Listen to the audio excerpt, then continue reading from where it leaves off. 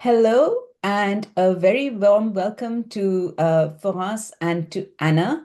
And I'm very excited today because I have two friends with me on the screen, and hopefully that friendship that goes back so many years will also reflect in our conversation. So, a huge welcome to both of you. And I'm really glad we are doing this because I think you've just published this fantastic handbook, and this is a great opportunity to talk about it. But before we get on to the handbook, I've I have a sense why you both became interested in this, but I want to hear from you. How did you become interested in this intersection of corporate and competition law? We can begin with you, Fahas, and Anna, if you can also come in on this. Okay. So first of all, thank you very much, Amber, for organizing this. It's really a pleasure to see you and also to get the chance to discuss on our research handbook with Anna, with fellow academics, colleagues, friends. So this is a great opportunity. So how did we come interested in that intersection? So in my own case, I started being interested in anything that was internal to the firm, explaining cartels. So my initial starting point during my PhD and even before was how can we explain that maybe companies get into cartels, but not external factors, industry level factors, but internal factors. So then I got interested in, of course, corporate governance mechanisms, of course, compliance, and then I realized that the more and more you look at these intersections, the more things are useful. They are the boundaries between the two fields are not blurred. There are lots of things that tools and rules that both fields can borrow from each other. So this is how it started. Excellent. And you have a book as well, the on this very issue, the black box, isn't it? Can you just remind us of the title of that book, please? Yes. So my book, which is from my PhD, is the interaction between competition law and corporate governance, opening the black box. And it's really a case for let's look at what's inside a firm to explain many things and to understand what drives cartels. So this is, of course, how it was born. Excellent. Anna, tell us a little bit about how you came to this point. Great, thank you. Thank you so much, Amber, for hosting us. It's a real pleasure to be with two lovely colleagues and friends, as you said, on this podcast. So I came a little bit from the other side. So Florence came from the cartel side, I came from the merger side, so the other end of antitrust. And for a little bit related reasons, my PhD was on minority shareholdings transactions. So something that is not considered a full merger, um, but something in between a cartel and a merger. And that raises a lot of questions about how corporate control works, what counts as control, so to say, what economic and legal rights shareholders have that may amount to that control. So I started as Florence to be very interested in corporate finance and governance because the background to the economics of the competition law issues were very much related to those aspects. Excellent. I also know, because I know both of you, that you didn't overlap that much when we were at UCL doing our PhDs. So then how did you come to doing this handbook together? There is history before that. Ah, yes, yes, of course. And you'll remind me in a minute. But so tell me, what's that history then? Did that contribute to coming to do the handbook together? How did you come to do this? Anna, we can start with you, and Florence, please tell us your version of the story as well. I can say some hidden background that perhaps is not so hidden anymore, but both Florence and I coincided also um, um, for some time in a law firm. We were both working for a law firm in London on competition law matters, actually. And I think it was there that I met Florence for the first time. And then at UCL. So I think although at UCL we didn't interact so much, we also share very much the practical perspective, which influenced this handbook and, the choice of topics and contributors, perhaps, because it's not only academics or only lawyers that have contributed to the book and so on. Yeah. Yes, so indeed, we met in this law firm, and then of course again at UCL. And I knew that she was pursuing complementary topic to mine, but we were of course pursuing it individually. And then when I got in touch with Edward Elgar, who said that there was this research handbook ready to be co-edited, and that I could find someone else to work on it, I immediately thought about Anna, and I thought, great, she's working on similar issues and we complement each other because Anna spent times in the US. She also has this interest in finance, economics. So in the end, I think she was, the perfect match and the pair to do this project. And I knew I was right. I can confirm that, but it's the kind of partnerships that you validate ex post. And Exactly. Florence was also amazing. So thanks for the choice and for the affirmation as well.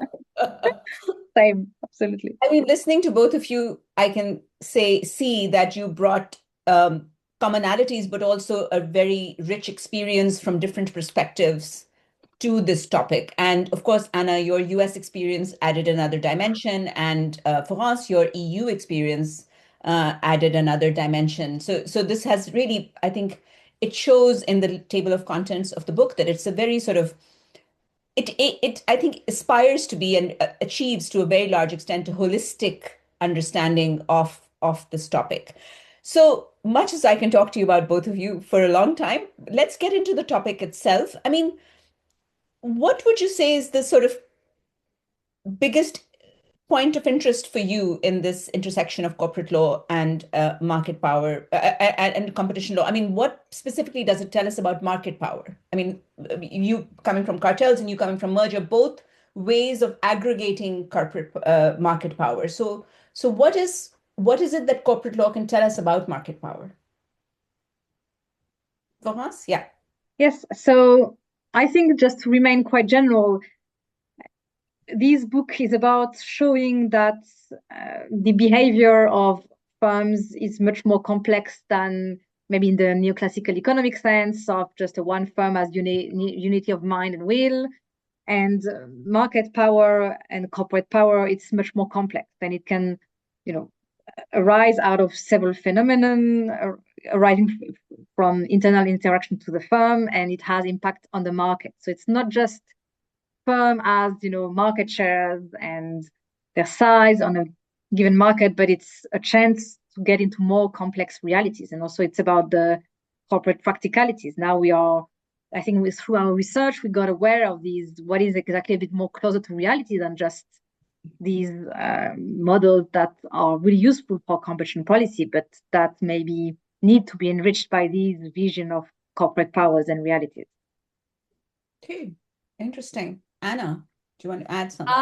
I think the most interesting thing that we try to highlight in this book is that, very often um, we we have a lot of assumptions in competition law about how companies work and their generalizations.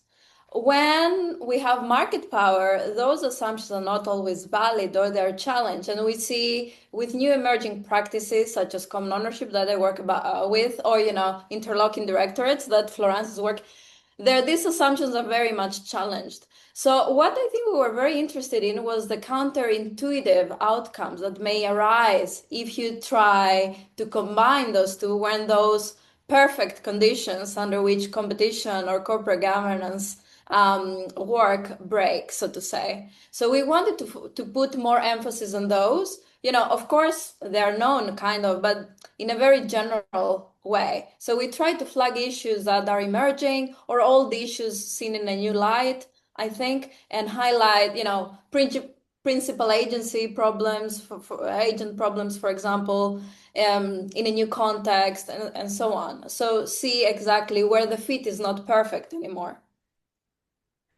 So really interesting. And we can now unpack that with a few more questions because I see that you have organized your handbook into key themes, and the next few questions are aimed at unpacking some of those themes. I'm happy for you to pick these questions together or individually, whatever works best for you. Um, So the first theme, I think, relates to, the fact that both competition and corporate law ultimately want to benefit the individual. Competition law seeks to do it by enhancing consumer welfare and sort of has the individual consumer in mind.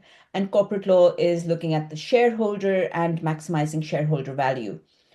So what I could understand from the handbook is that this common focus is there's a lot of tensions underpinning this common focus. So what can you tell us about the tensions between corporate law and competition law in this area?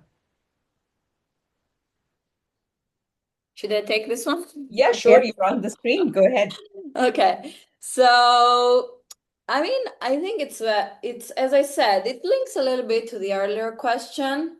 I mean, I should begin by saying that there is a huge debate about the goals, both of competition law and corporate law, and because they're million of challenges globally, those goals are challenged continuous. For example, in competition law, there are discussion about digital markets and fairness, contestability. We have the DMA in Europe and things like that. So it's not a given that consumer welfare alone, for sure it is a goal, but it's not a given that it is the only goal. And then we always have as a goal, I think, the competitive process. And perhaps in EU competition law, you can see that more than in US law, where the protection of the process in itself is an important factor.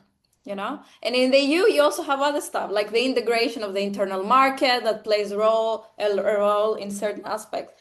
What I'm trying to say is that certain aspects of the consumer welfare or what we protect or how we protect individuals is not given even within competition law.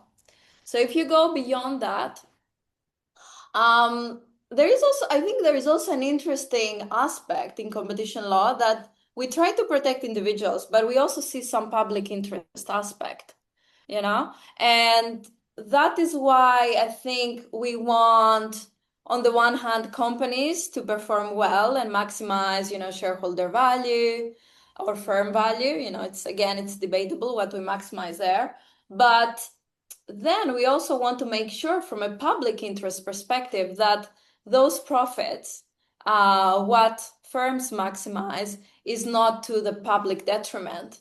And one group who is prominent, within markets that will suffer if that doesn't work well is consumers.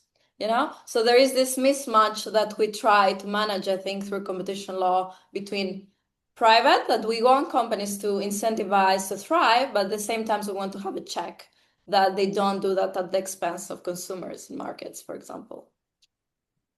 Really interesting. Florence, did you want to add something to this? Yes, so I think this is an interesting way you presented it, this kind of tension about these individual groups that may clash. And indeed, I think it's the starting point of these projects is that initially, at first glance, you have competition law protecting consumers in the competitive process and corporate law acting in the shareholders' best interest. And these two seem to be very conflicting naturally. But then the book shows that in spite of these differences, both fields actually converge much more than we thought initially. So I think also what is interesting is that both fields face some challenges regarding society and the evolution, digital innovation, sustainability. And I think we have a chapter, well, we know we have chapters that deal with these goals in both fields that have been challenged. And I think they commonly are under challenge, but that's also what makes it very interesting, and that these fields need to be remain relevant to society's challenges. So they are looking at and protecting individual interests, but they cannot abstract from the wider context. So this is what makes these fields interesting.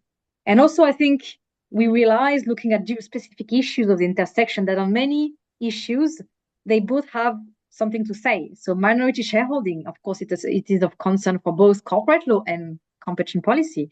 And there are many issues like this where we see, oh, but actually we should see what the other field says. Maybe they have tools to protect shareholdings, or in contrast, to make them not too powerful. So this is just an example of how actually both fields have a lot to learn from each other.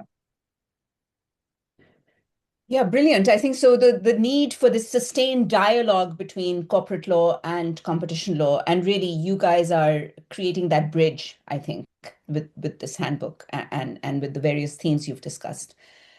So the other sort of interesting commonality really between competition and corporate law, but also an issue of distinction, is that competition law focuses on an undertaking, which doesn't equate exactly to a firm, which is corporate law's starting point, or a company, which is corporate law's starting point. Um,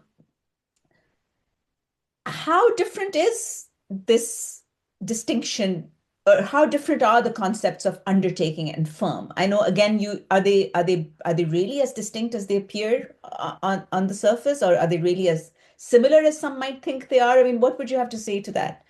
Florence, we'll begin with you. Okay, so indeed, the units of attention in a way of both uh, fields, it's either, the corporation, the firm, and undertaking in competition law. And as we know, especially at EU level, undertaking is a functional approach. It is any entity engaged in economic activity, and as such, disregards the legal reality of corporate law. So it's great because it starts as a big, difference. That being said, competition law cannot abstract too much from the legal realities, because when it wants to address a finding decision, it needs to address it to someone, and usually that's where it starts looking at legal personhood and saying someone who is he's a legal person. So that's one aspect. And also, we see in several of our chapters that actually, when undertaking is really too far out from the concept and principles of legal personality, that's where maybe we have more tensions. So we have all these case of liability within corporate groups. The corporate groups, it's when you have distinct legal persons, they are independent, but economically affiliated. And the question is, how do we attribute liability, whether a parent company should pay a fine for its subsidiary's breach? And competition has a very distinctive approach, with presumption levels when there is full ownership, for example. But it means that in practice, it contradicts or it challenges one key corporate law principle, that is the veil, piercing the corporate veil. And quite frequently, it would hold liable one legal entity for another one. Of course, they have economic affiliations, and we understand for deterrence objectives that we need to do that. But then this takes this at another stage when, in the context of private enforcement, there are cases where even a subsidiary will be, in a way, paying the cost of its parent fine, which seems, I think, even more at odds maybe with corporate law principles. So I think it shows that, okay, it's great, we understand that competition law has its own approach and it's good for various reasons. But when it really departs too much from corporate law, maybe that's where we start seeing tensions. And we have 2, 3 chapters by Marcos Auroboyd, by Alison Jones and Stephen Daly, and by Carsten Koenig, who deal with these actually. And we see that it's very contentious and typical and, core issue. And most of the time they advocate, say, look at corporate law, maybe we have to learn from that field to solve some tensions we have in competition law. So is there any kind of a resolution in sight, or how do you see these tensions? And are they going to go on forever? Because isn't there recent EU case law where they've affirmed the Somal position that actually a subsidiary can be liable for a parent company in private enforcement? So how do you see this space I developing? think it's a huge issue. I mean, when you talk about this to corporate lawyers, they're shocked by this decision to begin with.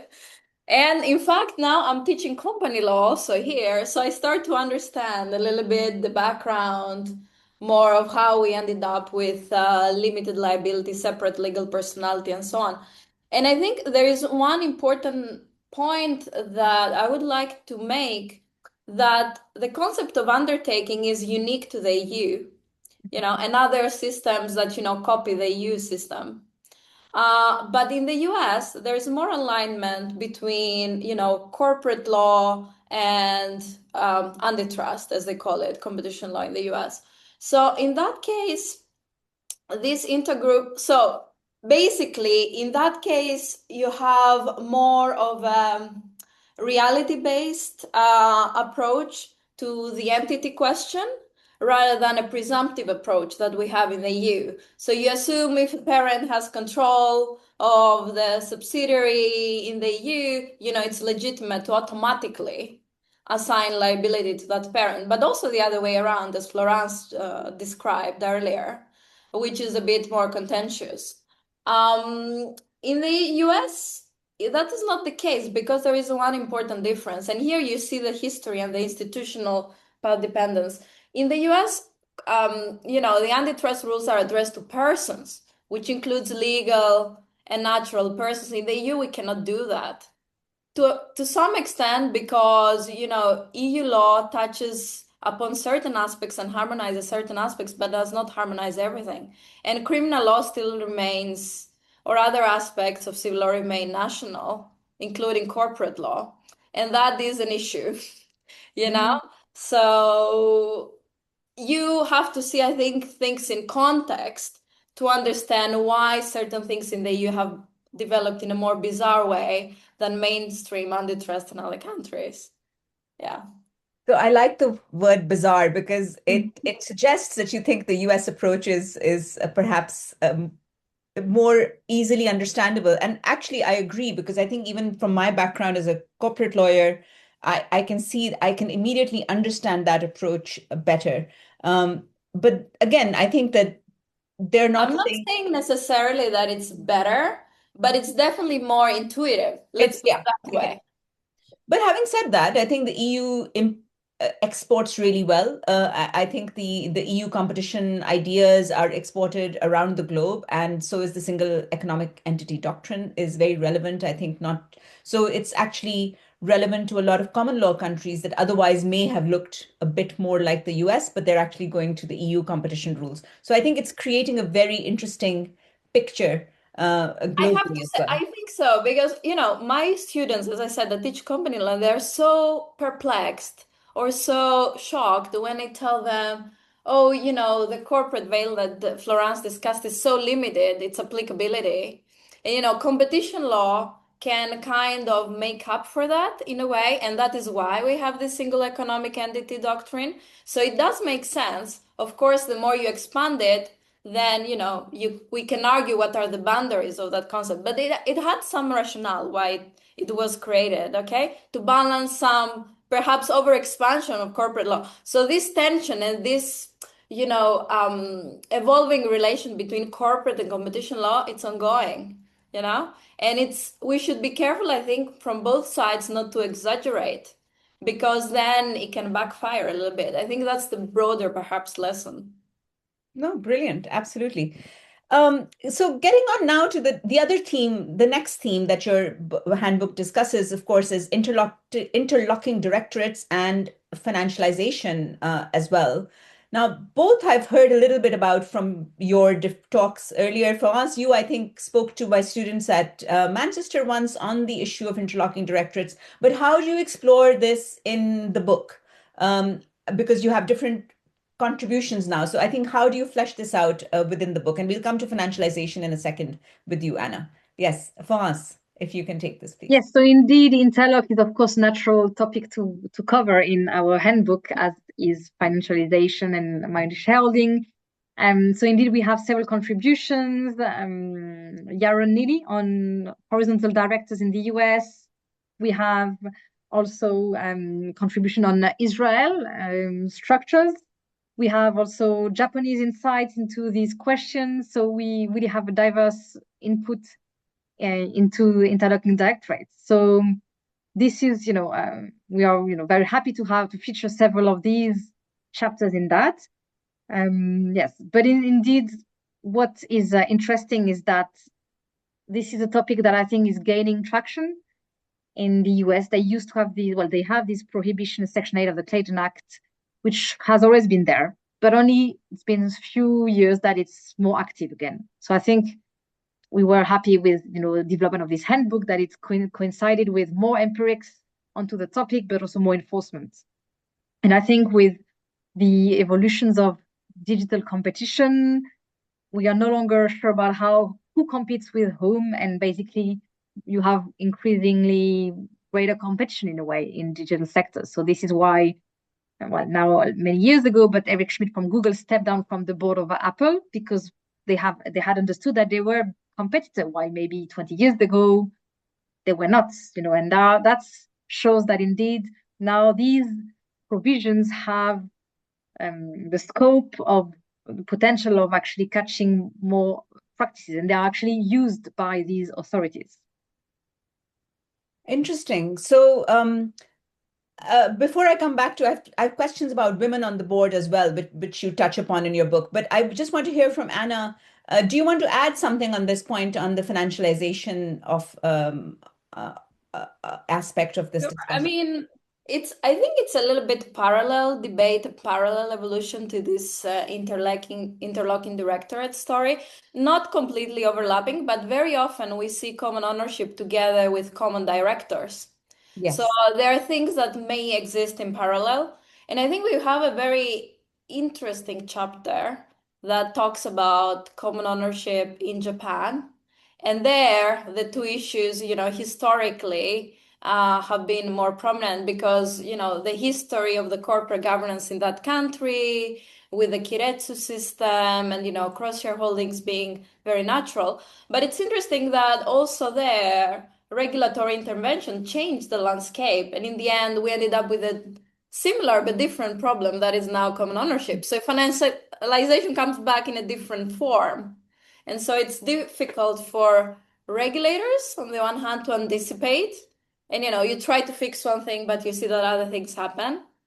And then I think there is a tension here between competition and corporate law because practices that from a corporate governance perspective we can think they're good, maybe they have some implications for competition law. And I think now we start at least to understand on both of these topics that we have to manage those tensions better, perhaps, or have that in the back of our mind when we make recommendations. So, how is the presence of women on the board likely to help achieve these objectives? Because I know you covered that in one of your chapters, and I thought, oh, great, gender perspective here. But what can you say about that? Anna, both of you, I would love, because both of you are women powerhouses in competition. So I'd like both your opinions, please. Starting with you, Anna. Thank you. So we love this chapter by Amber. Not We by love me, another Amber. Yeah. yes, another Amber. Supers, I think. And it's a great chapter, very original. I think it's the first empirical, perspective on this issue. So it was very creative, and she's a very young scholar. So we're very happy to include young colleagues from different genders and different perspectives, countries as well. So that was welcome. And when we saw this, we were like, this is amazing. If we can really support this. I mean, she makes, I think, a valiant attempt, to support this with data from Germany. And I think it's a very important finding going beyond gender because it shows that diversity can be kind of beneficial both for, corporate decision making, but also for competition compliance, which I think was the most counterintuitive or, less expected result out of her findings. Because I think she tried to show that decisions where fines are addressed, there were more women on the board. So I think that was the connection here. So if that is the case, then we can solve that problem perhaps more easily. Let's see. I don't know. I hope there is a reservation there. Florence, what is your view of women on the Yes, board? yes, indeed. I can, of course, just share the optimism and very enthusiastic about, indeed having on board like an economist and a young scholar on this project and on her, of course, on her original data. So I think what also I like this chapter is it focuses on boards. And I think boards, of course, I have a vested interest in this topic as well, but we see that through these societal challenges, supposedly there's more and more responsibility on boards or top executives, even beyond the boundary of the firm. Now, especially in some countries and with attempts at EU level, due diligence is supposed to be paying attention beyond the boundary of the firm. And also we see with recent cases that now we have issues of, competition fixing, which is not just prices, not just the classic case. We can see that companies, they try to restrain labor market competition. And this is, I think, getting more attention for what is going on at upstream level, things decided or discussed at board levels. And I think all these literature that focuses on boards and Amber Chipper's chapter on gender diversity is really relevant to these common challenges that competition has, as well as corporate governance. I think it's also for the better. If you want a greater range of factors to be considered, also we need to have more diversity within the board, and it starts off having just more gender diversity, which should not be, even imposed. It should be very natural. But hopefully this is helping all this process. Really interesting. Another topic that you touch upon in the handbook is the shifting of responsibility for antitrust breaches onto managers. Now, this is something that's been in the literature for a while, and I think it goes to criminalization as well, that it's easier to impose criminal liability on human persons rather than on corporate persons. But tell me a little bit more about that, because this is clearly an ongoing theme in competition literature. Yes, so indeed, whenever we look at collusion cartel practices and then question of liability, there's always the question of who should be liable. And then actually we have for the US example, but also many EU member states have some sort of individual sanctions. So of course, our book is part of that, because saying, okay, who is within the organization, who is actually responsible? So we have actually data about awareness by and conduct, and what's the role of maybe CEOs and the awareness of shareholders in all these conducts. We have indeed Catarina Marvao and Giancarlo Spagnolo's very interesting chapter looking at data about CEO tenures and their role in cartel involvement. So I think it's very useful there to show that of course we need to pay attention to those roles. Yes, that's for sure. And that's something I wanted to say as well. Yes, and also another related question is that whether we should use tools by corporate law to maybe reallocate liability. And we have the two final chapters by Florian Wagner von Papp and Jens Uwe Frank and Till Sayer, who deals about the question of whether shareholders should be able to sue managers who kind of committed the firm to be a cartel. And this is a mechanism by corporate law. And the big question is whether they could be used in competition policy. And basically, this question is now before the Court of Justice of the EU. And there was because of the preliminary ruling reference. And even these chapters were actually quoted in the reference made by the German Federal Court.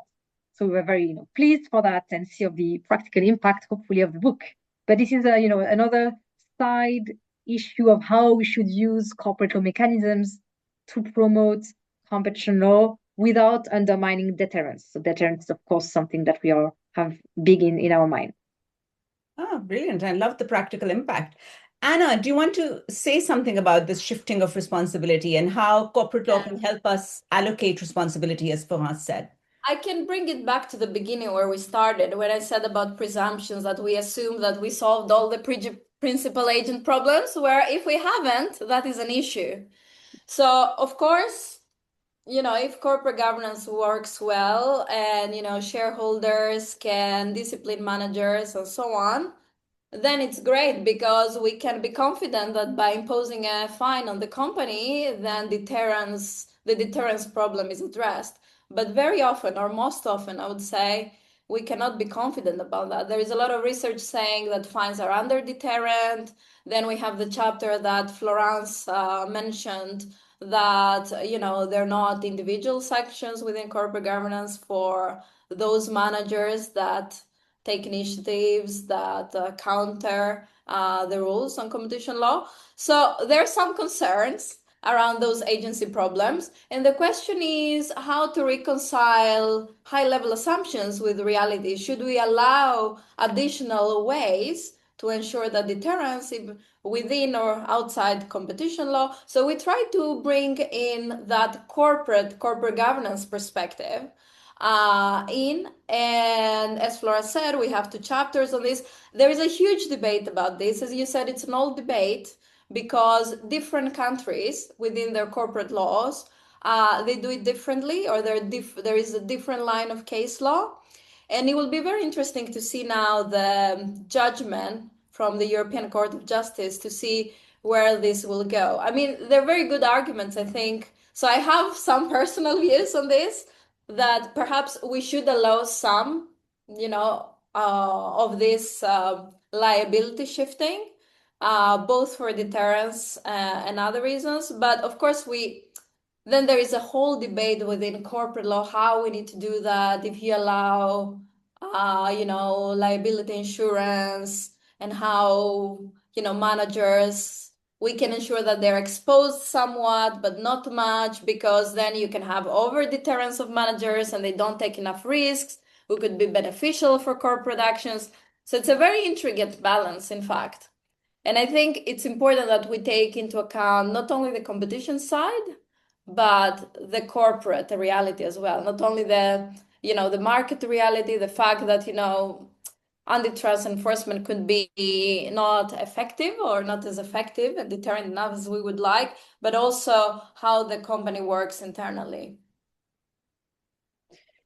Brilliant. Well, this is clearly a treasure trove, I think, of so many different topics. But also the sense I have, very strong sense, is that it's important to keep these issues open. It's actually not so much about resolving the tensions as navigating the tensions and exploring the tensions, because any kind of resolution might favor one discipline over the other, and in fact it's a sort of they're symbiotic, and they are cross-pollinating.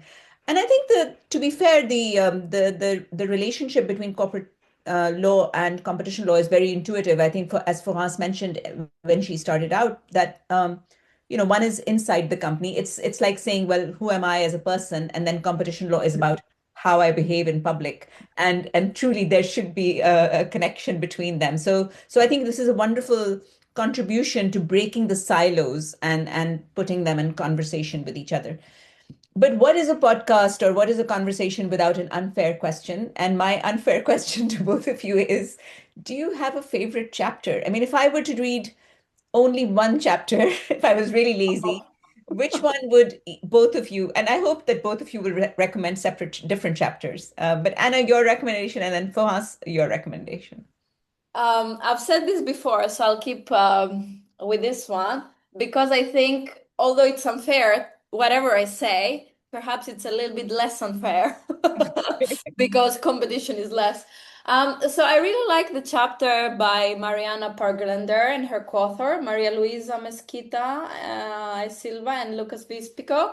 So they focus on a completely new thing. So usually in antitrust and merger law, we focus on equity ties, so minority shareholdings, or other kinds of structural links or personal links, interlocking directorates, but within the company. Here we talk about different members of the same family that have economic ties and relations, and they spotlighted an issue that is quite prevalent in the global south as well. So they showed that antitrust enforcement in Brazil, Turkey, other jurisdictions in the global south actually take this into account when they enforce both antitrust and merger laws, Mhm. mostly to expand the scope of those laws, as we usually use those ties for, like equity ties, but sometimes also as a shield, in certain cases, when you think about intergroup liability, as we discussed previously. So I thought that was quite inspiring and very interesting, because I mean, Mariana is very well known, I think, for her work on corporate law and the differences in the global south. So she brought, I think, this to the antitrust enforcement sphere in a very nice way, showing that the boundaries of the firm can really differ in that aspect too, that nobody till then had thought about. Excellent. I think you've inspired me to read this chapter for sure. Fahas, your favorite chapter. So, well, the answer to if you should just pick one, so that's a bit of a joke, but maybe you should read the introduction because it was written by Anna and I, and it says it all. So you can just have a one-stop shop and get a really good view of the book. But jokes aside, maybe I'm unfair in choosing two chapters. So maybe Okay. one would be Yaron Needy's chapter on horizontal directors. And of course, the reason is that it's really important to my research. And I think I really like because it brings empiric and it is maybe a very contrasting results that we think that maybe in the US, since we have this prohibition, we have no links at board levels among competitors. And actually, he showed that, yes, we have much more links. And that's maybe, he really helped, I think, also the enforcement practices. So that's really how you see academia feeding into maybe enforcement practices. The second chapter, it's which I like, it is by Theodora Groza. She is a recent PhD, so she finished her PhD recently, and she wrote a chapter on antitrust in the age of new modes of economic organization. Why do I like this chapter? Is that she brings paradigms and theories from the theory of the firm and explain how these concepts help shape the competition law understanding of the firm and its adaptation to new modes of business organization. And I think, well, what I like is that she's redoing with success what I tried to do in my first chapter of my PhD, and I was struggling, and she does it to the modern world and to the new complex forms of organization. So I think for that, I value this chapter a lot, and it's elegant and interesting, interdisciplinary, and also cutting edge because it is, adapted to modern challenges and to new forms of organization. And especially to the digital economy. She's relating it to the Yes. digital economy, which I think is so useful because nowadays we can't have these conversations without Yeah. grappling with the digital economy. Uh, Brilliant. I mean, I think really all three chapters sound fascinating, and I have read the introduction, so I agree with you. That's very well written. Um, I mean, as we said, this is not, this is a, this is an area of law that will, it's a gift that will keep giving. I think you will find more and more things to look into this. But do you have any future research plans in this area? Is it something that's on your mind, or do you need a break now and want to do something completely different? For us? Yes, so in my case, I Yes. am continuing the action in the field of boards, of directors and compliance. But now I'm, looking at developing more empirics actually. So I'm going to use, everything that I got from these chapters and then try to fuel more qualitative empirical input into saying, yes, boards may be a factor for compliance, that's the good, but also they may be involved in breaches and what exactly are the channels of influence? If they want to breach, what are the roles, given that they maybe sit at board meetings passively, but yes, but more practically, what are the exact roles and what are the risks as well? So I'm, starting a new research project, which is funded by my university. It's a kind of national EU fund. And this is really about seeing the role of corporate boards in computational compliance and trying to take, some results out of it. That sounds fascinating. And what will your underlying data be for this project? What will you be looking at? So, well, I'm looking into running interviews. Uh, So this would be to get a sense of, their position. How do they conceive their own risk?